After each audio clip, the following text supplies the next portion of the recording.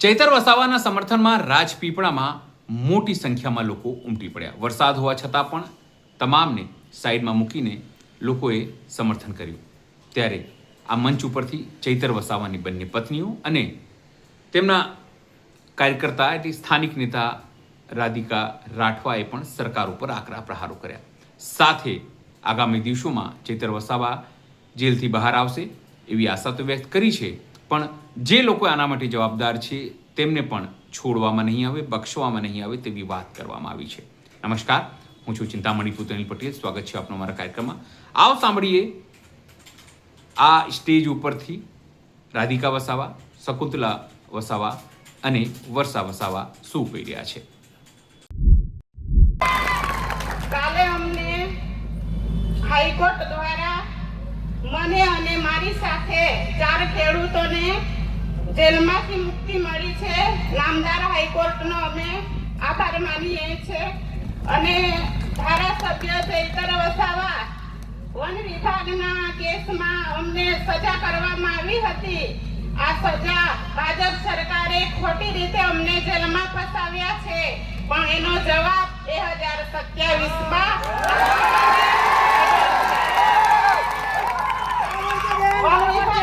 ખેડૂતોનો પાક કાપી નાખવામાં આવ્યો છે.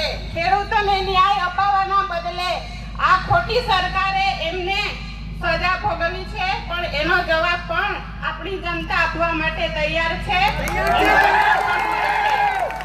આજે ધારાસભ્ય ચૈતર વસાવા આદિવાસી સમાજ માટે ઘણી લડત આપે છે, ત્યારે આ ભાજપ સરકારને ગમતું નથી, એટલે રાજકીય કિન્ના કરી રાખી ખોટી રીતે એમને વારંવાર જેલ ભોગવે છે, પણ એનો જવાબ પણ આ જનતા આપવા માટે તૈયાર છે.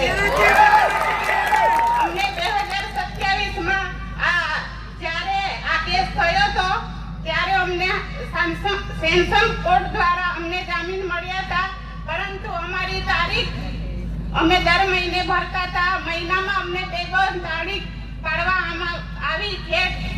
કેસને ખૂબ ચલાવવામાં આવ્યો. એ લોકોએ ખોટી રીતે સજા ભોગવી છે, પણ એનો બદલો પણ જનતા આપવા માટે તૈયાર છે. તમારી આશીર્વાદથી તમારો બધાનો ખૂબ ખૂબ આભાર. જેલમાં અમને ઘણી તકલીફ પડી, સમય કાઢવા માટે ખૂબ મુશ્કેલ હતું અને તમારી સાથે અમને ખૂબ તકલીફ પડતી હતી, પરંતુ તમારા આશીર્વાદથી અમે બહાર આવ્યા છે. તમારો બધાનો ખૂબ ખૂબ આભાર. જેલમાં અમને ધારાસભ્યને દર શનિવારે પતિ પત્નીની મુલાકાત કરવામાં આવતી હતી. તમારા બધાને સાહેબની તબિયત પણ સારી છે. તમને બધાને સમાચાર આપ્યા છે.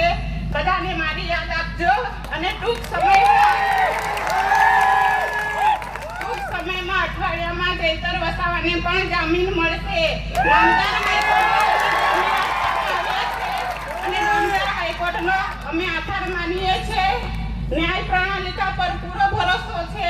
આપણને ન્યાય ચોક્કસ મળશે. સત્ય પરેશાન થઈ શકે છે, પરંતુ પરાજિત થઈ નહીં. સત્યનો હંમેશા વિજય થયો છે. તમે બધા મોટી સંખ્યામાં આવ્યા, અમને સમર્થન આપ્યું, એ બદલ તમામનો આભાર. જય આદિવાસી, જય જોહાર. કાલે અમને હાઈકોર્ટ દ્વારા મને અને મારી સાથે 4 ખેડૂતોને જેલમાંથી મુક્તિ મળી છે. નામદાર હાઈકોર્ટનો અમે આભાર માનીએ છીએ. અને ધારાસભ્ય ચૈતર વસાવા વન વિભાગના કેસમાં અમને સજા કરવામાં આવી હતી. આ સજા ભાજપ સરકારે ખોટી રીતે અમને જેલમાં ફસાવ્યા છે, પણ એનો જવાબ 2027માં વન વિભાગ દ્વારા ખેડૂતોનો પાક કાપી નાખવામાં આવ્યો છે. ખેડૂતોને ન્યાય અપાવવાના બદલે આ ખોટી સરકારે એમને સજા ભોગવી છે, પણ એનો જવાબ પણ આપણી જનતા આપવા માટે તૈયાર છે. બદલો પણ મળશે. આજે ધારાસભ્ય ચૈતર વસાવા આદિવાસી સમાજ માટે ઘણી લડત આપે છે, ત્યારે આ ભાજપ સરકારને ગમતું નથી, એટલે રાજકીય કિન્ના ખોરી રાખી ખોટી રીતે એમને વારંવાર જેલ ભોગવે છે, પણ એનો જવાબ પણ આ જનતા આપવા માટે તૈયાર છે.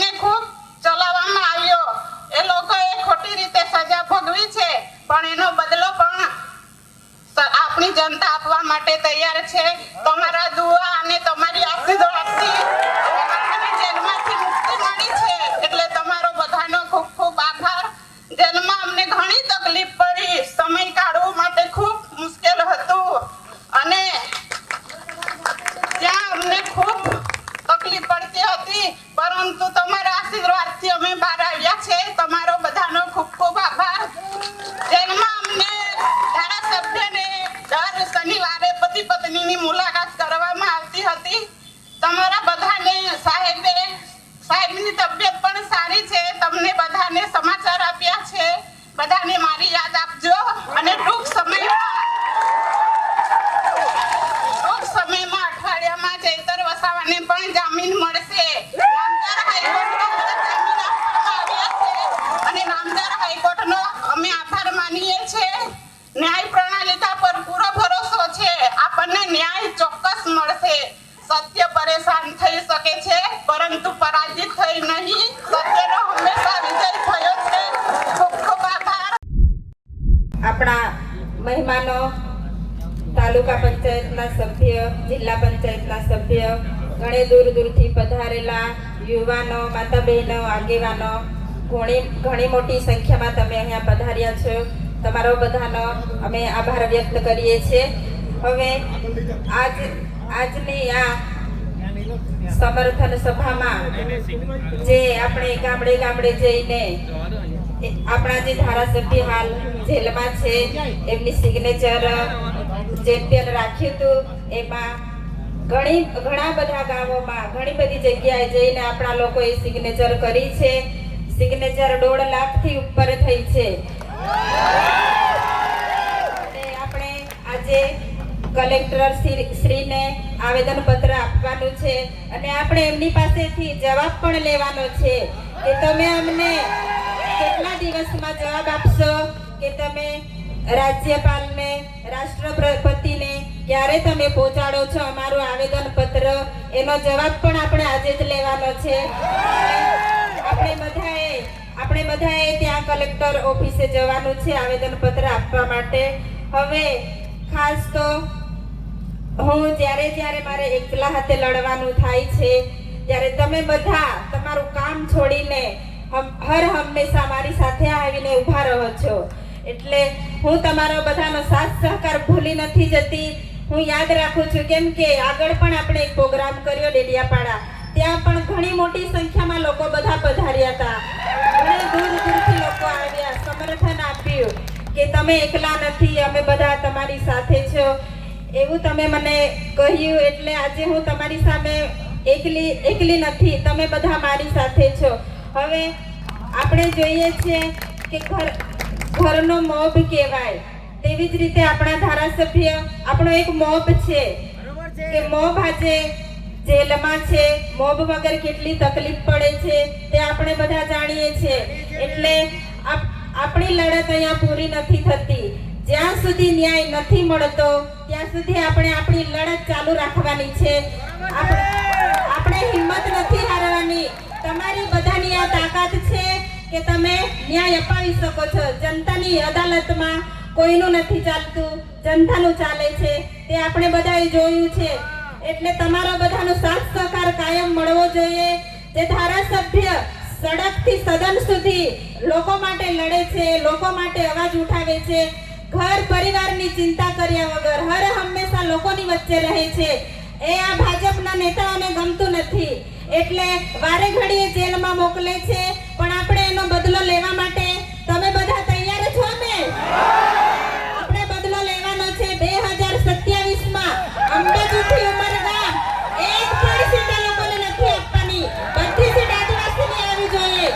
એટલે આપણે બધાએ અત્યારથી તૈયારીમાં લાગી જવાનું છે કે આપણે જેવી રીતે હાલ નર્મદા જિલ્લામાં સુપડા સાફ કર્યા છે એવી જ રીતે અંબાજીથી ઉમરગામ 2027માં આપણે એમના પણ સુપડા સાફ કરીને એમને ઘરે બેસાડી દેવાના છે. તો તમે બધા સાથ સહકાર આપજો એવી હું આશા રાખું છું. અને હવે ટૂંક સમયમાં તમે બધા દુઆ કરો છો. આપણી સાથે કુદરતની દયા પણ છે. તમે બધા સાથ સહકાર આપો છો. એટલે હું તમારી પાસેથી પણ આશા રાખું છું કે જ્યાં સુધી ન્યાય નથી મળતો ત્યાં સુધી તમે બધા મારા પરિવાર સાથે ઊભા રહીશો એવી હું આશા રાખું છું. અને જ્યાં પણ જરૂર પડે છે, જ્યારે પણ હું આમંત્રણ કરું છું ત્યારે પણ તમે ઘરની ચિંતા કર્યા વગર પોતાનું ખેતીવાડીનું કામ છોડીને આવો છો. એ મારા માટે મને ખૂબ હિંમત આપે છે. એટલે આવી જ રીતે સાથ સહકાર આપો એવી હું આશા રાખું છું. અને જે આ 7 ટર્મથી સાંસદ છે, 2 દિવસ પહેલાનું નિવેદન છે કે ડિબેટમાં બેસો. તો કેમ હમણાં તમને ડિબેટ યાદ આવે છે? જેલમાં છે ત્યારે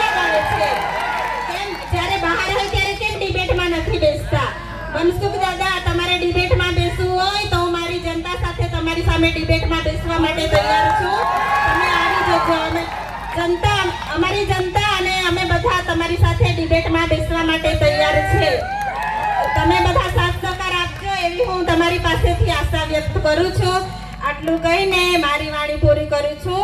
આભાર. ગાંધીનગરમાં બેસેલી સરકાર સાંભળી લે, ગાંધીનગર દૂર નથી. એક પણ ખરોચ અમારા ચેતરભાઈને આવી અમે ગાંધીનગરના બુક્કા કાઢી નાખીશું.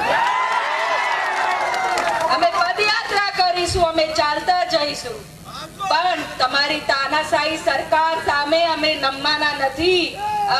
અંગ્રેજોના તમે ગુલામો, દલાલો, સમજી લો. તમને તો અમે તમારા મૂળિયા કાઢી નાખવાના છે. તૈયાર છો ને બધા? ચેતરભાઈને આપણે સમર્થન આપીએ છે ને? ચેતરભાઈ તું માગે બળો, ચેતરભાઈ તું માગે બળો. નેતા, ગાંધીનગરના સરકારના ભાજપના નેતાઓ, આ સમય અને તારીખ તમારી ડાયરીમાં નોંધી લો. ટૂંક સમયમાં તમારો વારો આવવાનો છે. તમારી તાનાશાહી સરકાર સામે અમે નમવાના નથી. અંગ્રેજોના તમે ગુલામો, દલાલો, સમજી લો. તમને તો અમે તમારા મૂળિયા કાઢી નાખવાના છે. તૈયાર છો ને બધા? ચેતરભાઈને આપણે સમર્થન આપીએ છે ને? ચેતરભાઈ તું માગે બળો, ચેતરભાઈ તું માગે બળો. નેતા, ગાંધીનગરના સરકારના ભાજપના નેતાઓ, આ સમય અને તારીખ તમારી ડાયરીમાં નોંધી લો. ટૂંક સમયમાં તમારો વારો આવવાનો છે. જે રીતે ત્રણેય મહિલા નેતાઓએ સમર્થન કર્યું છે અને સ્વાભાવિક છે જે રીતે આદિવાસીઓને તેઓ આહવાન કર્યું છે તેને લઈને આપ શું વિચારો છો જરૂરથી અમારા કોમેન્ટ બોક્સમાં કોમેન્ટ કરજો. એ સિવાય અમારી યુટ્યુબ ચેનલ લાઈક કરો, સબસ્ક્રાઈબ કરો, બેલ આઇકન દબાવો. સાથે અમારા નવા ઇન્સ્ટા પેજ અને ફેસબુક પેજને પણ તમે લાઈક કરો, શેર કરો અને ફોલો કરો. અત્યારે માટે બસ આટલું જ. નમસ્કાર.